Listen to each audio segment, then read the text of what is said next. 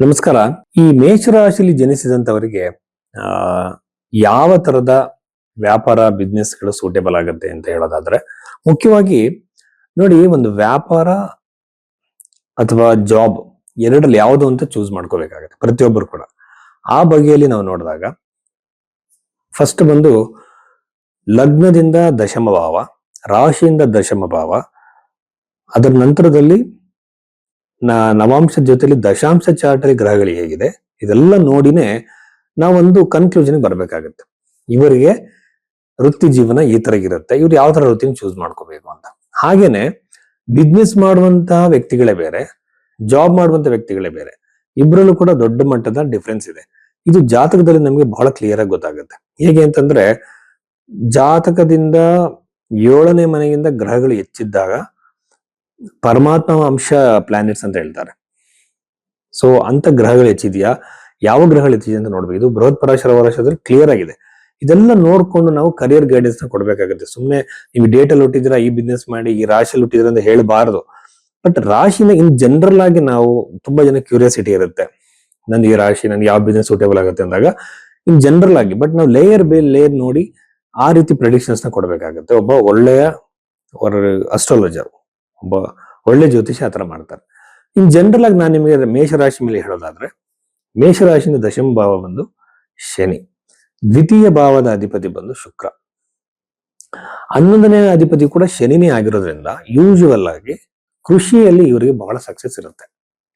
ಕೃಷಿ ಮತ್ತೆ ಆಹಾರ ಪದಾರ್ಥಗಳಿಗೆ ಸಂಬಂಧಪಟ್ಟಂತ ಬೆಳೆಯುವಂತ ಕೃಷಿಯನ್ನ ಮಾಡೋದ್ರಿಂದ ಬಹಳ ಬಹಳ ಸಕ್ಸಸ್ ಸಿಗುವಂತ ಸಾಧ್ಯತೆ ಇರುತ್ತೆ. ಇದು ಒಂದು. ಶನಿ ರೆಪ್ರೆಸೆಂಟ್ ಮಾಡುವಂತಹ ಎರಡನೇ ವಿಚಾರ ಬಂದು ಕಬ್ಬಿಣ. ಈಗ ಕಬ್ಬಿಣ ಅಂದಾಗ ಅದಕ್ಕೆ ಬಂದು ಕಬ್ಬಿಣದ ವಸ್ತುಗಳನ್ನೇ ಮಾರುವಂಥದ್ದು, ವೆಹಿಕಲ್ಸ್ ನಲ್ಲಿ ಬಿಸ್ನೆಸ್ ಮಾಡುವಂಥದ್ದು, ಜೊತೆಯಲ್ಲಿ ಬಂದು ಕಬ್ಬಿಣ ರಿಲೇಟೆಡ್ ಆಗಿರುವಂತ ಯಾವುದೇ ಒಂದು ಬಿಸ್ನೆಸ್ ನ ಮಾಡಬಹುದು. ಇದು ಬಹಳ ಒಂದು ಸಕ್ಸಸ್ ನ ಅವ್ರಿಗೆ ಕೊಡುತ್ತೆ. ಶನಿ ಗ್ರಹ ರೆಪ್ರೆಸೆಂಟ್ ಮಾಡುವಂತಹ ಇನ್ನೊಂದು ವಿಷಯ ಏನು ಅಂತಂದ್ರೆ, ಕಪ್ಪು ಬಣ್ಣದಲ್ಲಿ ಇರುವಂತಹ ವಸ್ತುಗಳನ್ನ ಮಾರಾಟ ಮಾಡುವಂಥದ್ದು, ಅದನ್ನ ತಗೊಳ್ಳುವಂಥದ್ದು, ಮಾರುವಂಥದ್ದು, ಈ ತರದ ವ್ಯವಹಾರಗಳನ್ನ ಮಾಡುವಂತವ್ರು ಬಹಳ ಸಕ್ಸಸ್ಫುಲ್ ಆಗ್ತಾರೆ. ಯಾರು ಮೇಷರಾಶಿಯಲ್ಲಿ ಜನಿಸಿದಂಥವ್ರು. ಕಪ್ಪು ಬಣ್ಣದಲ್ಲಿ ಇರುವಂತಹ ವಸ್ತುಗಳಲ್ಲಿ ಒಂದು. ಅದಾದ ನಂತರದಲ್ಲಿ ಶನಿ ರೆಪ್ರೆಸೆಂಟ್ ಮಾಡುವಂತಹ ರಿಯಲ್ ಎಸ್ಟೇಟ್. ರಿಯಲ್ ಎಸ್ಟೇಟ್ ಅಲ್ಲಿ ಎಸ್ಪೆಷಲಿ ಬಂದು ಮನೆಗಳನ್ನ ಮಾರಾಟ ಮಾಡಿಸುವಂತಹ ಬ್ರೋಕರೇಜ್ ಯಾರು ಮಾಡ್ತಾರೆ, ಕನ್ಸ್ಟ್ರಕ್ಷನ್ ಮಾಡಿಸಿ ಮಾರೋರಿಗಿಂತ ಹಳೆಯ ಇದನ್ನ ಲ್ಯಾಂಡ್ ಗಳನ್ನ ಮಾರಾಟ ಮಾಡುವಂತಹ ರಿಯಲ್ ಎಸ್ಟೇಟ್ ಮಾಡುವಂತಹ ಬಿಸ್ನೆಸ್ ಬಹಳ ಚೆನ್ನಾಗಿರುತ್ತೆ. ಯಾಕೆಂದ್ರೆ ಮೇಷರಾಶಿಯಿಂದ ದ್ವಿತೀಯ ಬಂದು ಶುಕ್ರನಾಗೋದ್ರಿಂದ ಮೇಷರಾಶಿಯಲ್ಲಿ ಜನಿಸಿದಂತ ಬಹಳ ಸಾಫ್ಟ್ ಆಗಿ, ಸೆನ್ಸ್ ಆಫ್ ಹ್ಯೂಮರ್ ಇಂದ ಅಟ್ರಾಕ್ಟಿವ್ ಆಗಿ ಮಾತಾಡೋ ಕಲೆಯನ್ನು ಹೊಂದಿರ್ತಾರೆ. ಅಂತಹ ವ್ಯಕ್ತಿಗಳು ರಿಯಲ್ ಎಸ್ಟೇಟ್ ಅಲ್ಲಿ ಖಂಡಿತವಾಗಲೂ ಸಕ್ಸಸ್ಫುಲ್ ಆಗ್ತಾರೆ.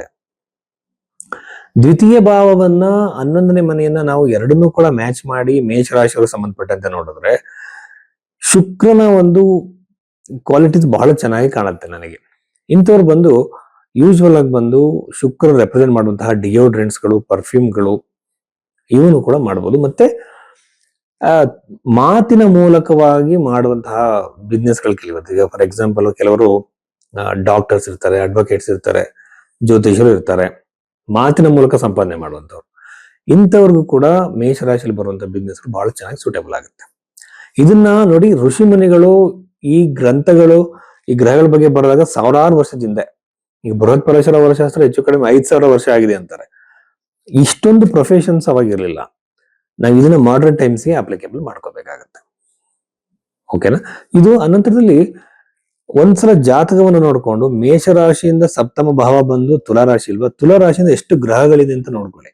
ತುಲಾರಾಶಿಯಿಂದ ತುಂಬಾ ಗ್ರಹಗಳಿದೆ ಅನ್ಕೊಳ್ಳಿ.